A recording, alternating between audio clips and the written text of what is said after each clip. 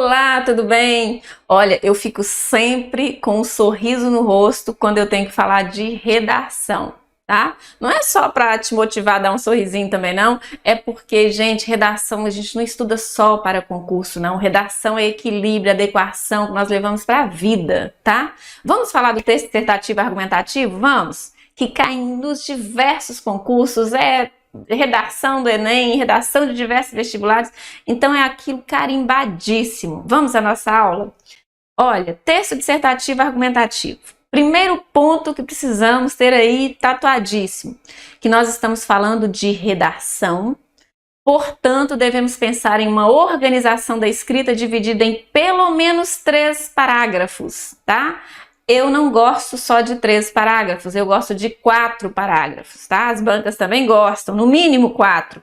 Eu trouxe aqui, olha, o modelo da prova, né? Não é da prova, modelo da folha. E aí eu trouxe, olha, geralmente é uma redação de 30 linhas, aí vai depender, às vezes a banca expande um pouco mais, dá uma olhadinha no seu edital, veja o quantitativo de linhas para já escrever proporcional, tá? É importante vocês entenderem assim, existe a questão da estética, se você ainda não viu, tem vídeo postado no meu canal sobre o texto em prosa.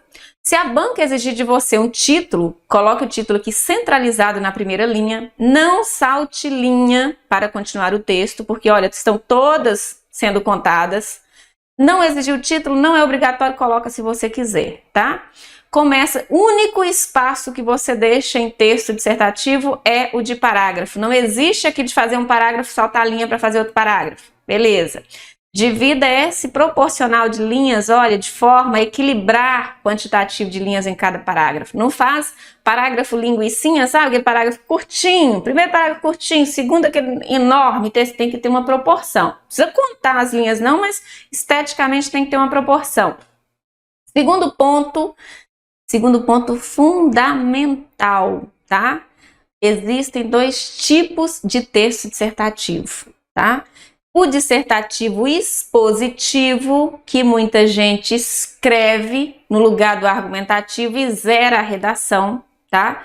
Dissertar é informar. Então, um texto dissertativo é aquele texto que vai trazer informações consistentes, viáveis. Se você apenas apresentar informações sem o objetivo de convencer o leitor sobre algo, você está fazendo um texto expositivo, tá? Um exemplo aqui são os textos jornalísticos, notícias. Não tem o objetivo de convencer ninguém, é só passar a informação. Aí a banca te dá lá um problema sobre, sei lá, segurança pública e você só descreve que é um problema, registra lá onde é que estão acontecendo os problemas, mas e você não se posicionou.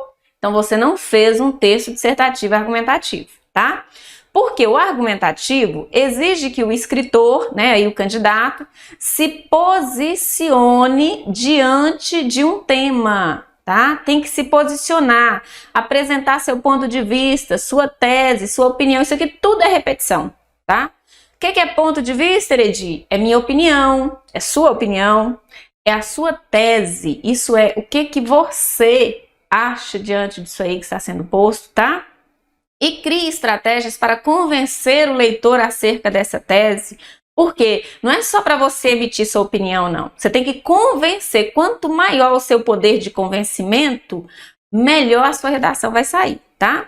Resumindo, no texto dissertativo argumentativo, o candidato deve se apropriar do tema da redação, posicionar-se diante dele, valendo-se de informações pertinentes, tá? Pertinente, leitura jornalística, repertório de conhecimento, apresentar estratégias argumentativas para defender sua ideia e convencer a banca de que tem razão naquilo que você está defendendo. Tá? E aí, Eredi? E aí, nós vamos para aquela estrutura, sabe aquela estrutura tradicional? O povo fala, a redação tem que ter introdução, desenvolvimento e conclusão.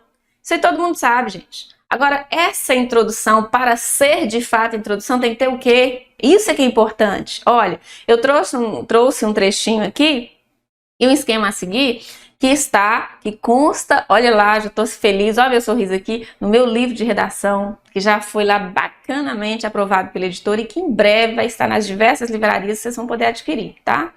Olha lá, o que tem que ter na introdução? Deve ser bem sucinta, não fique enchendo paciência, ninguém tem paciência para isso. Apresentar o tema logo nas primeiras linhas, não fiquem enrolando, tá? De forma contextualizada. O que é contextualizada? Não é só jogar o tema, não. Contextualizada é o repertório cultural. Desde a época tal, mostra lá que você tem um conhecimento histórico. E direcionar a um projeto de texto. O que é isso? Trouxe um exemplo, tá?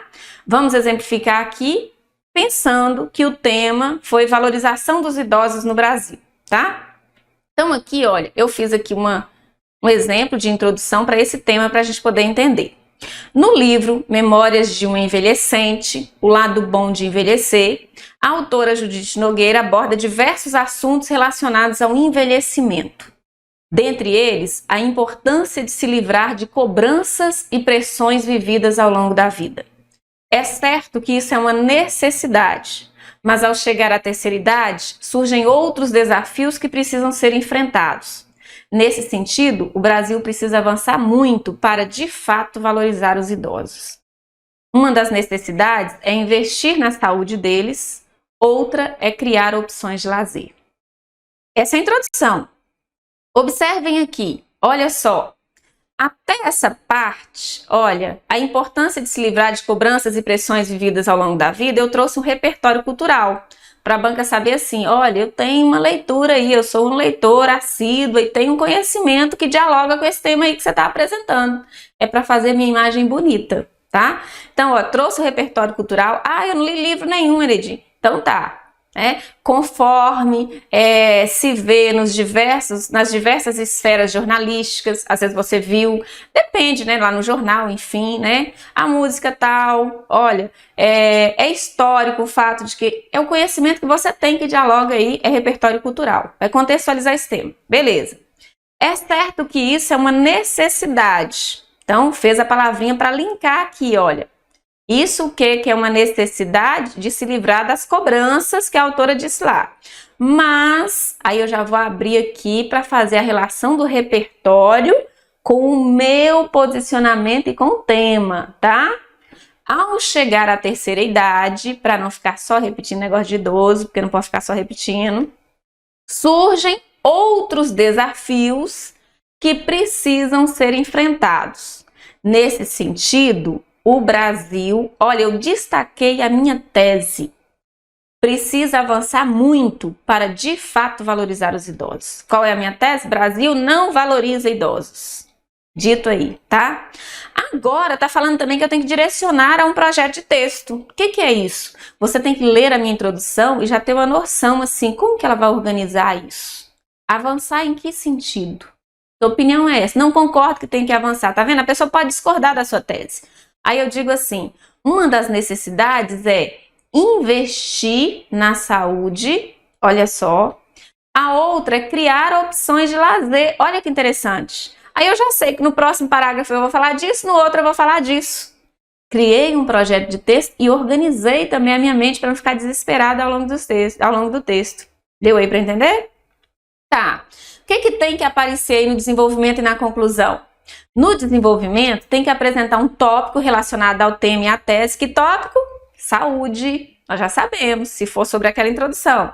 Seguido de estratégia argumentativa que o comprove. O que é estratégia argumentativa? Se você vai falar que tem que investir em saúde, prove que realmente não tem investimento, tá? Olha, não há hospitais especializados na saúde do idoso em várias regiões. Não vou ficar falando não, tá?